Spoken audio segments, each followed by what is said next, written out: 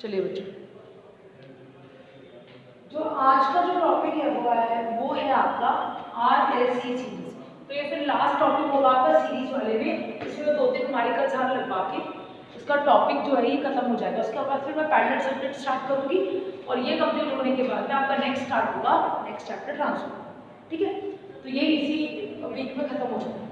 ठीक है, तो और आज आपका टेस्ट भी होना है। ठीक है, तो जिन लोगों का फॉर्म नहीं हुआ है मैं दूसरे को टेलीफोनिकली कह रही हूँ, ग्रुप में मैसेज कर दें। इसका बन गया है इसका या EDC का, इसका भी बन गया, वो आज दे देना और एक शाम को एक कल दे देना टेस्ट। ठीक है, 10 क्वेश्चन होंगे, 10 या 5 जो भी वो दे चौक दो। चलिए देखिए, circuit containing R, L and C in series। तो R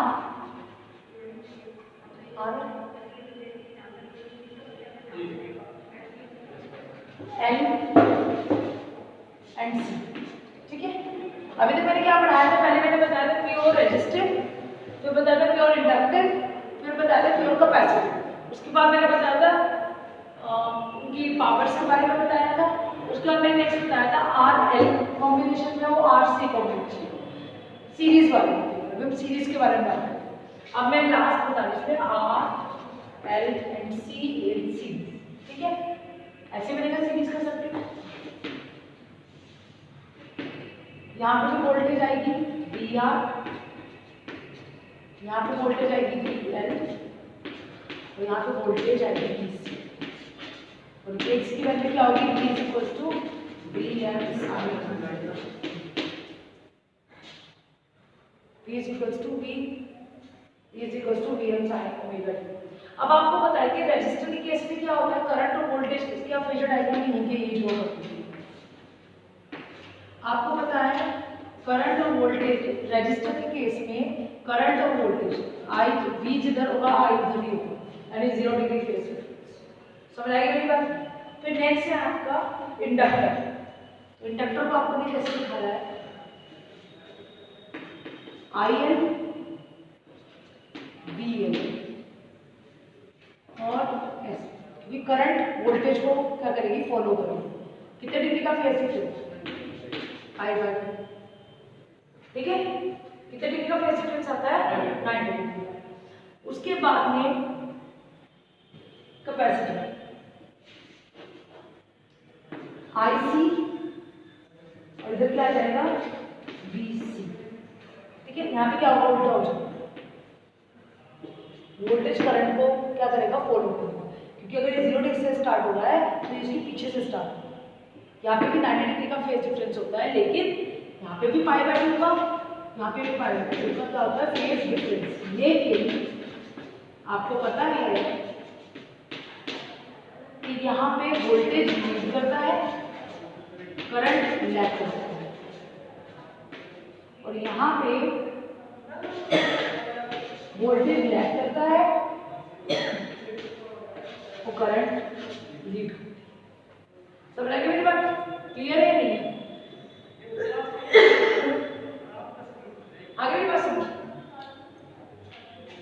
इसको ऐसे दिखा दो, कैसे दिखा दो तुम्हें बताओ। ठीक है, आपने लिखो, इसको लिखो, लिखो बड़ा।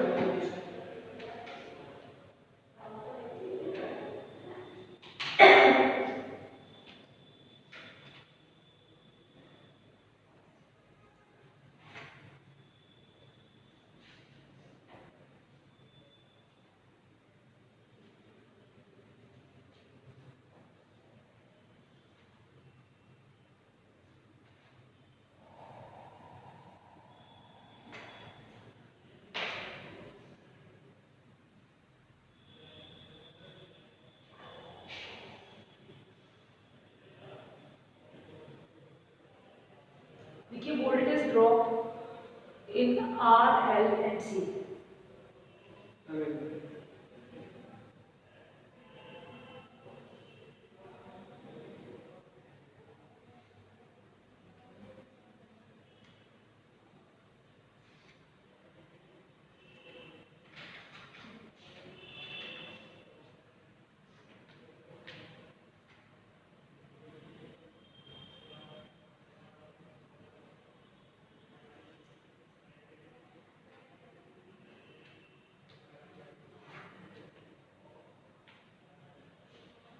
बच्चों? बोलो। देखिए voltage drop in R L and C, voltage drop in R L and C. देखो देखो 3 वोल्टेज ड्रॉप आएंगे। क्यों? पैरेलल में वोल्टेज बराबर होती है, नोट मत करो यार, पैरेलल में वोल्टेज बराबर होती है, सीरीज में अलग होती है। तो इस वोल्टेज सोर्स के पैरेलल में तीनों हैं और इनको अगर अलग से देखो तो ये तीनों आपस में सीरीज में हैं। तो हम ये कह सकते हैं कि V इज इक्वल टू किसकी होगा, VR plus VL plus VC, ये तो बराबर होगा, हाँ या ना? तो हम क्या करेंगे, ये देखिए ये अलग अलग पैरेलल में तोड़ना है, ये आपस में सीरीज में है ना, इस पूरे के बराबर ये पूरा है, समझे? इस पूरे के बराबर अलग अलग। तो पहले हमें अलग अलग वोल्टेज निकालने पड़ेंगे क्योंकि ये आपस में तीनों सीरीज में है, सीरीज में वोल्टेज बराबर नहीं होती, तो हमें अलग अलग वोल्टेज ड्रॉप को कैलकुलेट करना पड़ेगा। तो वोल्टेज ड्रॉप पहले मैं रजिस्टर का निकालूंगी, VR इज इक्वल टू होगा IR, दैट्स इट, ठीक है? फिर किसका निकालूंगी, ये तो रजिस्टर के लिए तो R के लिए, ठीक है? फिर मैं LR VL और उनका जो ड्रॉप का IR ही रहेगा, लेकिन वहां पे R ना होगी क्या होगा, रिएक्टेंस हो जाएगा, तो देगा IX, सही है? फिर है VC IX, समझ आ गई मेरी बात? क्लियर है मेरी बात? देखो 1 बाय 1 लिखो, जल्दी समझो।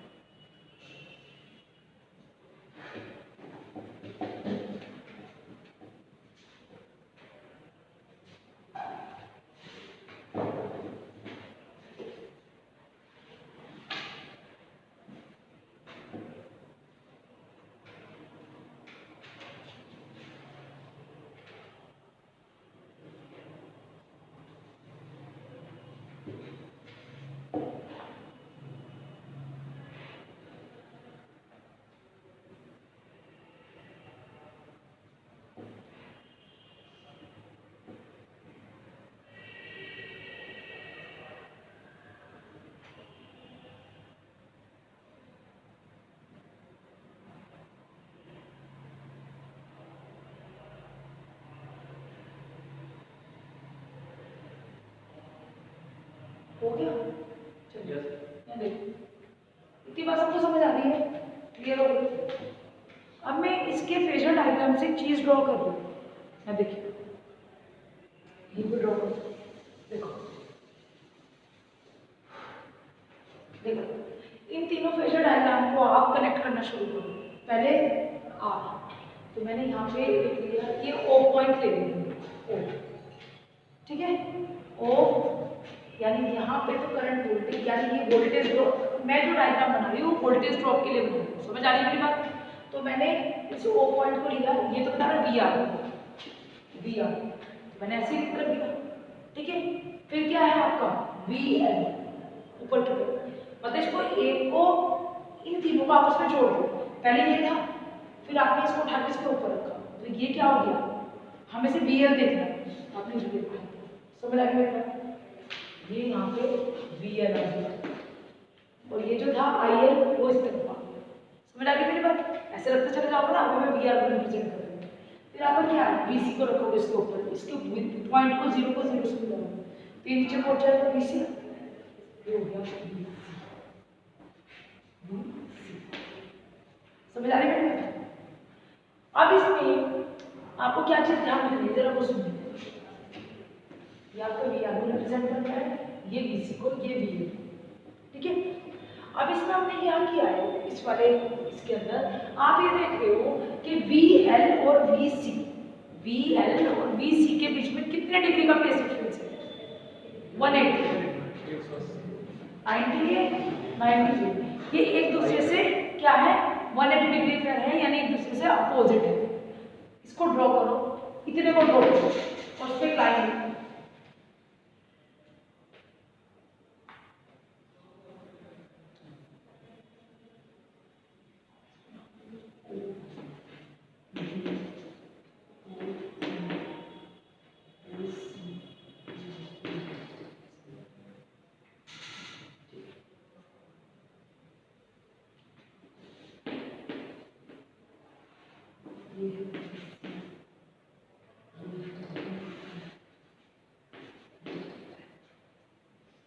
बनाओ इसको।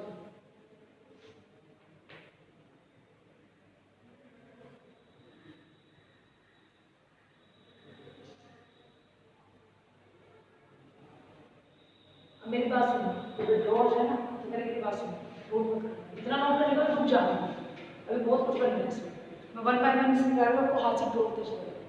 इसमें एक लाइन लिखी नीचे लाइन लिखी VL और VC, VL और VC 180 डिग्री के फेस डिफरेंस पर है। VL और VC 180 डिग्री के फेस डिफरेंस पर है। हमेशा 180 डिग्री के फेस डिफरेंस पे ही रहेंगे, क्योंकि एक में लीड करता है और एक में लैग करता है ना। रजिस्टर से कोई लेना देना नहीं है, उसके साथ तो कोई फेस डिफरेंस उसको कोई लेना देना नहीं है, ठीक है। इट मीन्स वो एक दूसरे के अपोजिट होंगे। इट मीन्स VL और VC हमेशा एक दूसरे के अपोजिट होंगे, एक दूसरे के अपोजिट होंगे। लिखिए फेजर डायग्राम में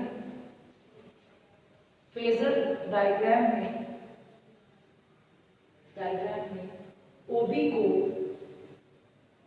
को देखो मैंने नाम दिया OB को VR से, मतलब रजिस्टर वोल्टेज से, OB को VR से, OC को VL से, OC को जो लिखवा रही है उसको समझते भी जाना, OC को VL से और OE को VC से दिखाया गया है या रिप्रेजेंट किया गया है।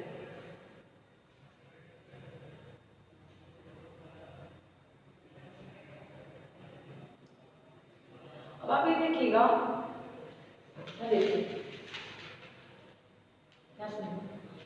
इसे देखिएगा, इसमें आप एक चीज देख लोगे आप, VL और VC दोनों y एक्सिस पे है ना। तो हम क्या कर रहे हैं, इस VC का रिजल्टेंट इतना ही VC है, अगर इसको मैं इन्वर्ट कर दूँ, इधर ले जाऊँ, तो इस VL में से इसको उल्टा कर दूँ, अगर मैं इस वाले एक्सिस को यहाँ पे ले जाऊँ, तो VL में से ये जो VC दिखाई दे रहा है, ये इतना OD, मतलब ये तो OC हो गया, इस OC में से जो नीचे वाला पार्ट है उसको मैंने क्या दिखा दिया, इस VC को मैं यहाँ से क्या कह रही हूँ, OD के अंदर ही दिखा रही हूँ। इसलिए जैसे मैं चतुर्भुज नियम में करती थी, पैरेललोग्राम मेथड, आगे मेरी बात समझ, कि पीछे पीछे उसकी इमेज ले जाते थे, फिर उसको जोड़ देते थे सारे उसको बैलेंस करने के लिए इक्वेशन, समझ आई मेरी बात।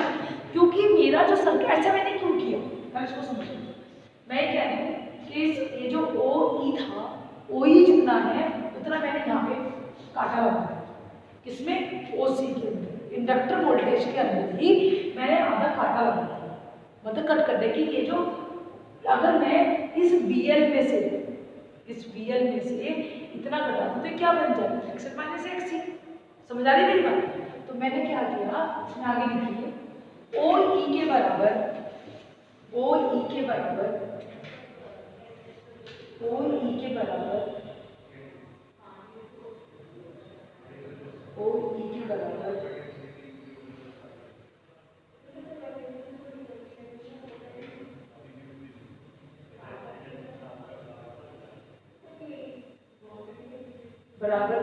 DC को शो करने पर, OE के बराबर DC को शो करने पर, DC जो ऊपर वाला, OE के बराबर DC को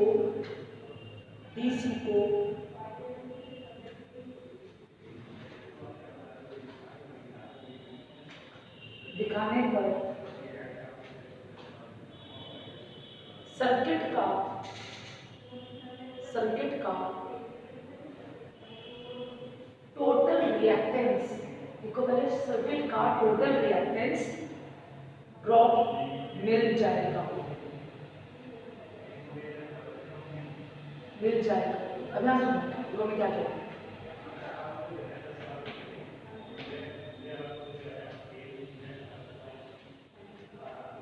देखिए DC बराबर OE, DC बराबर OE,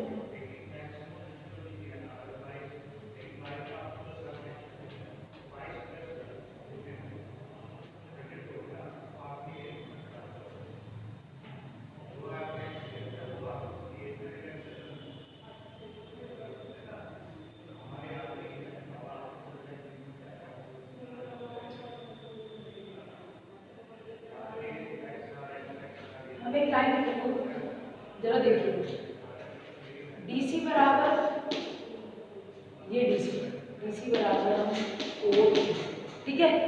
तो इस वाले एक्सिस पे तो क्या दिखाई दे रहा है, VL दिखाई दे रहा है, तो अभी तो मुझे इसको पूरा VL मान निकालना पड़ेगा। तो मैंने मान लिया कि VL, ये VL है, ठीक है। अब मुझे क्या करना है कि लेकिन मैंने ये भी कहा कि ये OE बराबर किसके है, DC के। तो मैं क्या करूँगी, मैं एक इक्वेशन लिख लेंगी आपको, या कुल मिला के ये हो गया कि इतना तो आपकी एक्सेल थी और उसमें से आपने उसको जोड़ दिया, लेकिन इस एक्सिस पे VL ही है। तो मुझे क्या करना है, मुझे VL यानी है तो यहाँ से भी ड्रॉप ही आ रहा है, वहाँ से भी ड्रॉप ही आ रहा है, ये भी रिएक्टेंस है, वो भी रिएक्टेंस है तो दोनों रिएक्टेंस है ना। तो टोटल रिएक्टेंस कब निकलेगी, जब आप उसको एक ही लेवल पे लेके जाओगे। अलग अलग लेवल पे तो कोई मेथड ही नहीं रख पाएगा ना, या तो चतुर्भुज नियम को यूज करोगे या त्रिभुज नियम को, EMF इसी ने पढ़ाया है। आई मेरी बात समझ, क्लियर है या नहीं? तो हमने यहाँ पे क्या लिखा है, जरा आप देखना, अगर आपको इजीली समझ आए, टोटल रिएक्टेंस, टोटल रिएक्टेंस, ठीक है। टोटल रिएक्टेंस क्या है आपकी, अब मुझे अलग अलग नहीं लेनी है, जुड़ तो सकती, जुड़ कैसे जाएगी, एक तो -90, एक तो इधर भी -90 पे, +90 पे थे, तो +90 और फिर -90 तो +90 180 हो गया ना, तो जुड़ नहीं सकती है। हमें क्या करना पड़ेगा, हमें एक में से उस आधी को घटाना पड़ेगा, तो हमारी टोटल रिएक्टेंस आएगी। तो यहाँ जो मैं चीज़ लिख रही हूँ, मैं बोलने से पहले यानी मुझे टोटल है कि ये और ये जोड़नी नहीं है, हमें क्या करना है, उस टोटल रिएक्टेंस, टोटल वोल्टेज की इंडक्टर की रिएक्टेंस में से, एक्सएल में से हमें क्या करना है, हमें XC दिखाना पड़ेगा, यानी VL के अंदर से ही VC निकालूंगी। तो जैसे मैंने, मेरे पास 10 रुपये थे और 4 रुपये मैंने किसको दे दे, दिव्यांश को दे दे, तो कितने बचे, 6। तो आपने जो टोटल रिएक्टेंस है, यानी एक्सेस तो किसकी थी, VL की थी, हाँ या ना। देखो मैं जो बोल रही हूँ वो मतलब आपने इस रिएक्टेंस में से इसी को तो बढ़ाया ना, आपने VL वाली को दिखाई, तो आपने ये भी नहीं दिखाई थी, या तो आपने OD दिखाई थी, OD दिखाई। फिर आपने इसमें से, क्योंकि आपको उसको बैलेंस करना है, इक्वेशन को रिजल्टेंट निकालना है, तो आप उसको पीछे की तरफ आपने इसको बढ़ा दिया, तो ये जितनी ये यहाँ थी उतनी ये यहाँ बढ़ गई, लेकिन ये पूरी कितनी है, हमें क्या पता VL कितनी थी। तो मैंने क्या किया, इस पूरी VL से तो जितनी नीचे वाली थी उसको घटा, तो VL माइनस मैंने क्या किया, आ रही मेरी बात समझ, क्योंकि बोलने से ज्यादा ना मैं बहुत ड्रॉ करके दिखाऊं तो ज्यादा समझ आएगा इक्वेशन। OD VL क्या है, VL है IXL माइनस IXC, ठीक है। तो OD बराबर IXL माइनस IXC। आगे मेरे पास समझ आया, बहुत जल्दी समझ आएगी, मैं बात में बोलती रहूंगी तो समझ कुछ आएगा, ठीक है।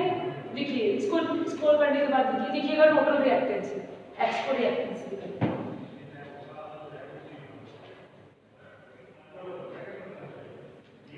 तो यानी कुल मिला के कहने का मतलब ये आ गया कि ये VL था पूरा, और ये क्या आ गया, OD क्या आ गया, VL माइनस VC।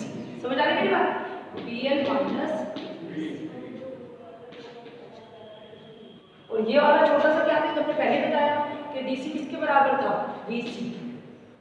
आ रही मेरी बात समझ, क्लियर है। अब जब ये सब कुछ इधर से आ गया, जब ये सब कुछ इधर से आ गया, तो मुझे क्या निकालना है, मुझे टोटल रिएक्टेंस, टोटल रिजल्ट निकालना है।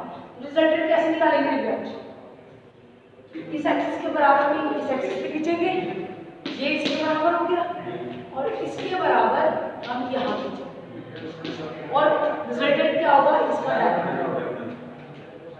That's it.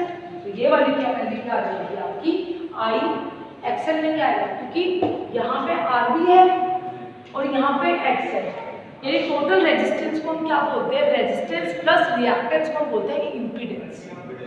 ठीक है ना।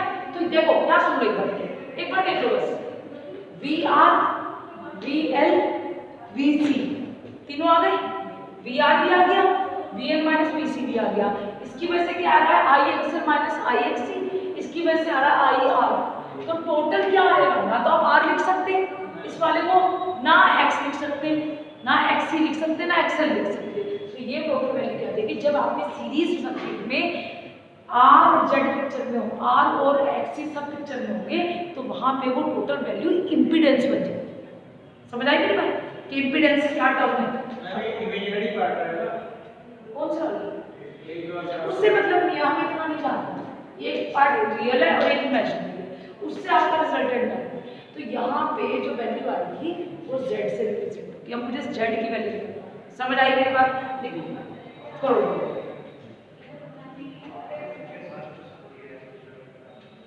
और इसको मान लीजिए ए, अब तो निकाल दोगे, ओ ए का square is equal to O B का स्क्वायर और प्लस ए बी का स्क्वायर, क्योंकि जितनी वैल्यू उसकी है रियल माइनस बी सी इसकी है। तो कैसे कर लो, ओ ए का स्क्वायर, ओ बी का स्क्वायर प्लस ए बी का स्क्वायर, ओ बी की वैल्यू डालो, डालो बी की value, V R, O B की वैल्यू डाल दो, वी आर का square plus V L minus B C का स्क्वायर। अभी समझ लो, बताने की जरूरत नहीं है।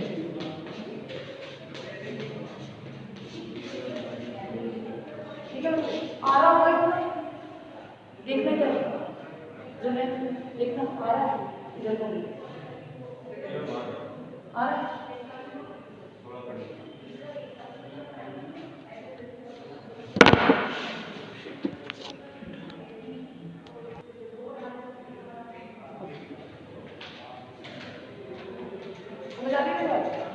क्या करेंगे इसमें, वी आर की वैल्यू डालो, आई आर का square, V L XL minus I बाहर आ जाएगा, आई स्क्वायर, ठीक है। तो I square XL minus X का स्क्वायर, तो आई एक्सएल आई, तो ये बाहर आ जाएगा। ठीक है, इसे बिल्कुल बाहर लिया होगा, उसको सोचो जैसे आई बाहर आ गया, तो आई बाहर, ओ ए बराबर I under root of R square plus I XL minus I X का स्क्वायर। ठीक है,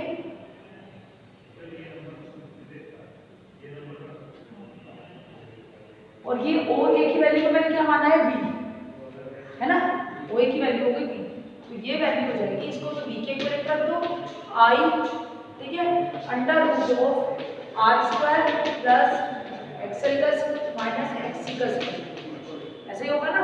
ठीक है बच्चों, ये देखिएगा आई बराबर B upon under root of this equation R square plus XL minus X. ये है तो सारी ड्रॉप ही ना, ड्रॉप कौन करता है, रजिस्टर, लेकिन यहाँ पे रिएक्टेंस इंडक्टर की वजह से है, कैपेसिटर की वजह से, तो उसको हम नाम देते हैं जेड। तो इसलिए वैल्यू क्या हो जाएगी, आई बराबर B upon Z.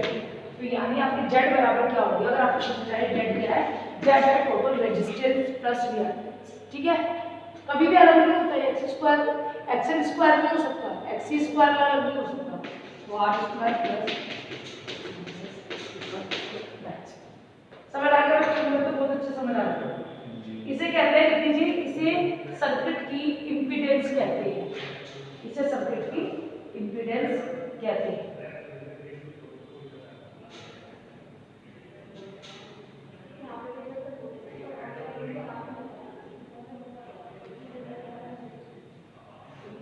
Power factor का आपको पता है आर अपॉन जेड।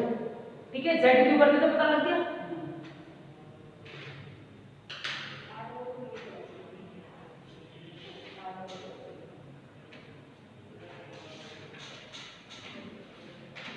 इसमें एक चीज और लिखो, रेजोनेंस कंडीशन भी लिख लो, ये इजी है, वरना फिर कल इसको दोबारा आगे करना होगा।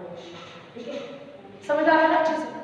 चलिए अब रेजोनेंस कंडीशन आ गई, resonance condition in series RLC circuit, इसी के अंदर है वो, बस आपको आगे रेजोनेंस कंडीशन लिखनी, इसी के आगे है रेजोनेंस कंडीशन।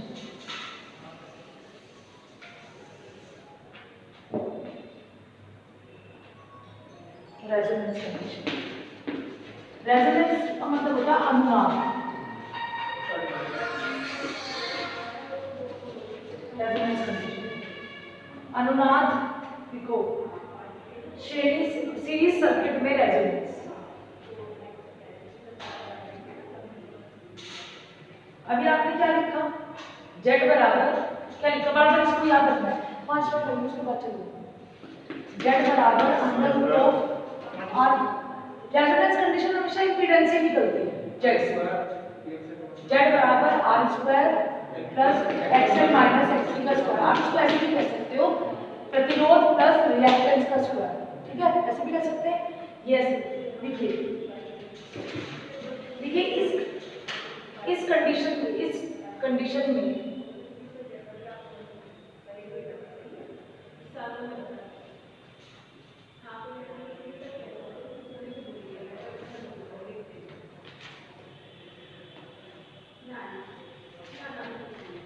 अब देखो वो सिंपल है, एक मिनट लगेगा आपको समझाने। यहाँ देखो फटाफट देखो, हमें पता है कि R की वैल्यू तो फिक्स है, V = IR होगा, लेकिन जो रिएक्टेंस है X की वैल्यू क्या होती है, R की वैल्यू तो R ही है, लेकिन X की वैल्यू X तो नहीं है ना, X की वैल्यू क्या है 2πfL, और XC की वैल्यू क्या है 1/2πfC, यही है। यानी वो जो वैल्यू है किस पर डिपेंड कर रही है, फ्रीक्वेंसी पर डिपेंड कर रही है।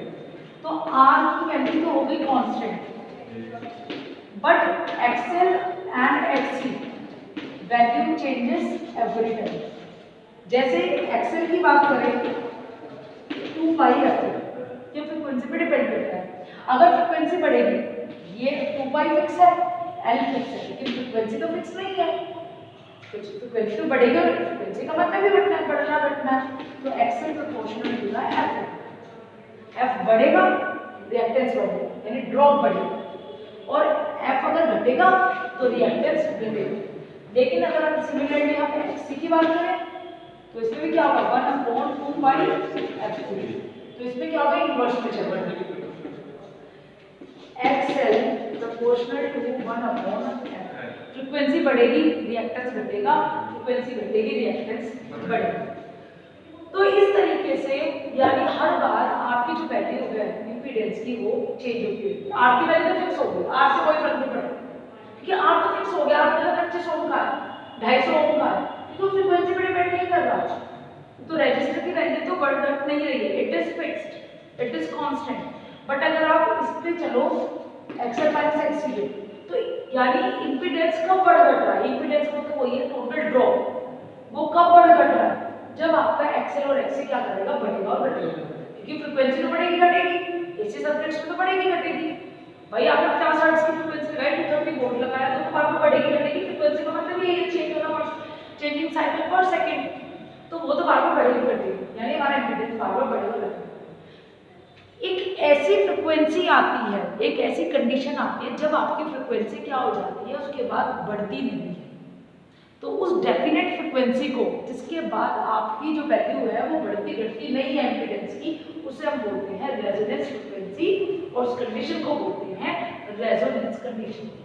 वो फ्रीक्वेंसी जिसके बाद रिएक्टेंस चेंज नहीं होती है, यानी चेंज ना होने क्या मतलब है, देखो R से कोई फर्क पड़ ही नहीं रहा है, किसी तरीके से ये रुक जाए, ये कब रुकेगा जब आपकी फ्रीक्वेंसी सेट हो जाएगी। तो आप क्या कर रहे हो, आप एक आपकी डेफिनेट फ्रीक्वेंसी के बाद में एक निश्चित फ्रीक्वेंसी को हम क्या बोलते हैं, अगर आप फ्रीक्वेंसी सेट कर दिया आपके पे, उसको हम बोलते हैं अनुनाद फ्रीक्वेंसी या रेजोनेंस फ्रीक्वेंसी, और उस कंडीशन को बोलते हैं रेजोनेंस कंडीशन। वहां पे क्या होगा, वहां पे क्या होगा, वहां पे ये होगा R तो कुछ कर ही नहीं रहा था, तो R तो चुपचाप बैठा है, ठीक है, लेकिन XL XC बार बार चेंज हो रहा है।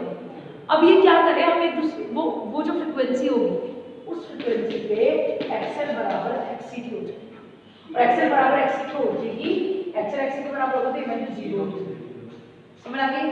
और जेड बराबर किसके हो जाएगा under root of R square Z बराबर रेजोनेंस सीरीज सर्किट में रेजोनेंस कंडीशन वो कंडीशन होती है जिसमें इंपीडेंस रेजिस्टेंस के बराबर होती है। समझ आई मेरी बात? जब आपकी इंपीडेंस रेजिस्टेंस के बराबर होगी, रिएक्टेंस की नहीं, जब जेड बराबर आर की हो जाएगा तो वो कंडीशन क्या कहलाएगी? रेजोनेंस कंडीशन कहलाएगी। ये सीरीज सर्किट के लिए। अब वो फ्रीक्वेंसी की वैल्यू निकालो। देखो फटाफट देखो कंडीशन निकालेंगे जरा। यहाँ देखो एक्सएल बराबर एक्सी, एक सेकंड देखो मैं आपको समझाऊंगा। एक्सएल बराबर एक्सी मैं निकालूं 2 पाई एफएल 1/2 पाई एफएल, ठीक है। रेजोनेंट कंडीशन में कह रही हूँ, रेजोनेंट कंडीशन पे ही एक्सएल बराबर एक्सी की होगा, वो निश्चित फ्रीक्वेंसी, तो फ्रीक्वेंसी की वैल्यू निकालेंगे। इस फ्रीक्वेंसी पे एक्सएल और एक्सी बराबर हो जाएंगे, दोनों रिएक्टेंस बराबर हो जाएंगे। तो मैंने इस एफ की जगह एफ आर रख दिया। आर का मतलब है रेजोनेंस फ्रीक्वेंसी, ठीक है। ये एफ आर लिखिए, एफ आर स्क्वायर हो जाएंगे, ये 2 पाई इधर 2 पाई इधर चला जाएगा, 1/4 पाई का स्क्वायर एल सी। डन। फिर आपने क्या किया, एफ आर दिया 1/√, तो ये 2 पाई तो बाहर आ जाएगा, √ऑफ एल सी। ये है रेजोनेंट। तो अगर आपको पता है कि किसी सर्किट की रेजोनेंट फ्रीक्वेंसी निकालो तो एल और सी की वैल्यू रख देना रेजोनेंट फ्रीक्वेंसी। यानी रेजोनेंट फ्रीक्वेंसी किस पे डिपेंड करती है? कंपोनेंट की वैल्यू पे। तो किस कौन सी वैल्यू पे? एल और सी। कि आर से तो उसको कोई लेना देना नहीं, ठीक है। रेजोनेंट कंडीशन वो कंडीशन है जिसपे आपकी क्या होगी? इंपीडेंस केवल रेजिस्टेंस के बराबर होगी। डन। क्लियर है क्या? मुझे लगता है कि आपको बहुत सही से समझ आ गया, वैसे मैं थोड़ा नहीं।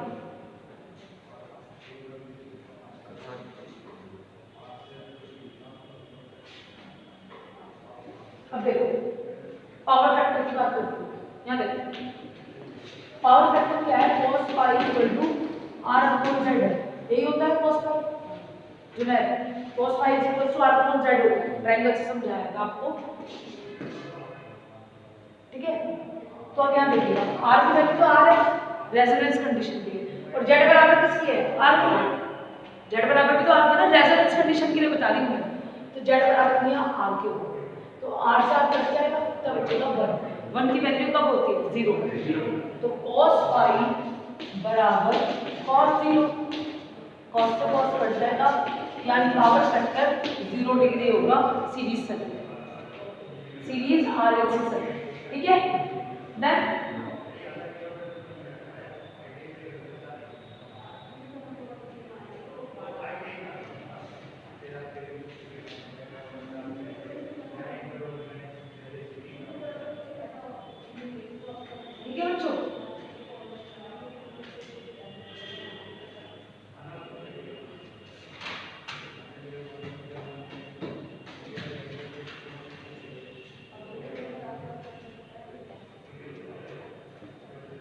देखो अब क्या होता है, अगर हम इस सर्किट में से R को निकाल दें तो क्या बचेगा? Z बराबर √ऑफ XL माइनस XC का स्क्वायर, यानी Z बराबर XL माइनस XC बचेगा, है ना।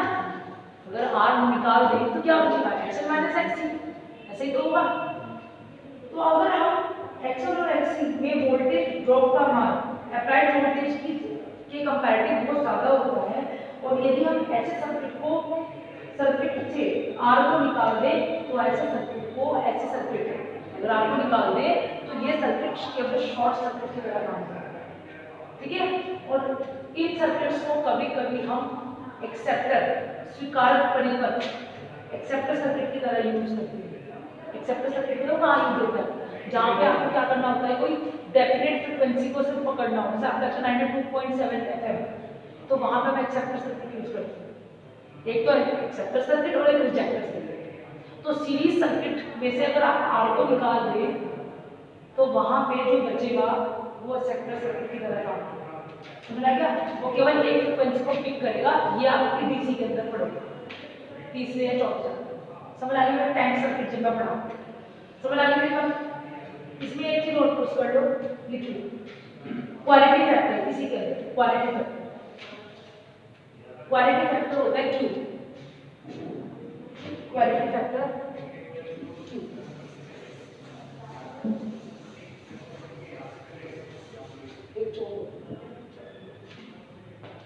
क्यू क्वालिटी फैक्टर में क्यू से लिखते हैं। ये सब जो तुम पढ़ रहे हैं सब से कनेक्टेड है इलेक्ट्रॉनिक्स, एडीसी में पढ़ रहे हैं, इसे ध्यान से पढ़ो। तो फैक्टर या क्वालिटी फैक्टर को कहते हैं। इसकी डेफिनेशन लिख दो बस, it is the ratio of अपना आप लिख दो, खाली इक्वेशन लिखो क्यू बराबर voltage across R, voltage across L and L या सी, एल या सी के आर पार voltage divide by supply voltage, divide by supply voltage,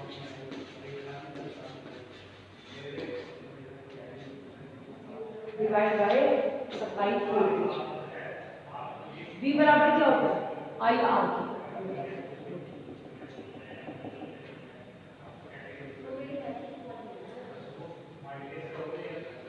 अब यहाँ देखो सप्लाई वोल्टेज क्या है, वो सॉरी सप्लाई वोल्टेज तो V equals to I R लिख दो, आपने सिंपल इसको आई आर, ठीक है। उसके बाद हम चल रहे हैं वोल्टेज अक्रॉस एल और सी, एल के अक्रॉस क्या हो जाएगी, वोल्टेज तो क्या होती है V equals to I R होती है, लेकिन वहाँ पे आई की जगह क्या आ जाएगा, एक्स आ जाएगा, और अगर एक्स ही करोगे तो एक्स आ जाएगा। फिर आप क्या करोगे, आई सीरीज में करंट तो बराबर होती है ना, तो करंट तो आई लिखनी पड़ेगी, है ना, आई 2 पाई एफ, ठीक है, आई आर, देखो लिखो जो 2 पाई एफ रेजोनेंट फ्रीक्वेंसी को, सबको रेजोनेंट फ्रीक्वेंसी होगा, ये ध्यान रखना, ठीक है। Q बराबर 2 pi F are I R, ठीक है। अभी आपने 2 पाई एफ आर की वैल्यू निकाली थी, अगर ये देखो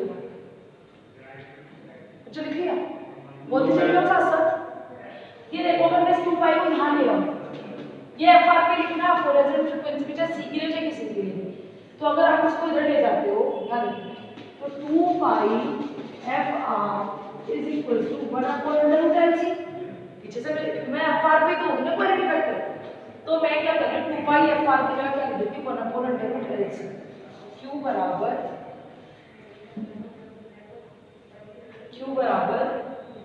2 पाई एफ आर की जगह यहाँ से वैल्यू रखा है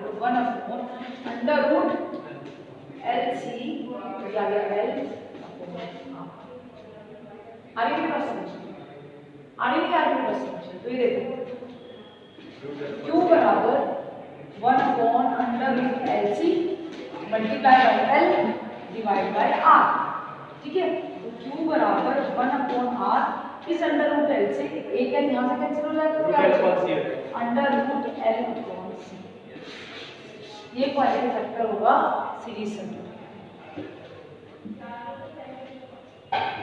आगे बच्चों की बात समझिए, क्लियर है? हर बार आपको इसकी भी जरूरत पड़ेगी और इसकी भी जरूरत, क्लियर हो गया? अब तुम्हें जब बेसिक समझ आना शुरू हो जाएगा तो तुम ट्राई करोगे, फिर आपको ऐसा लगेगा कि उठाया क्वेश्चन कर दिया, ठीक है। More than enough. अब मैं न्यूमेरिकल अब जो लगवाऊंगी, 2 न्यूमेरिकल की वीडियो देखूंगी तो मैं खाली समझूंगा, ठीक है, नहीं समझाऊंगी क्योंकि अब तो मेरे 3-4 वीडियो हो गए, ठीक है, ये नहीं समझ।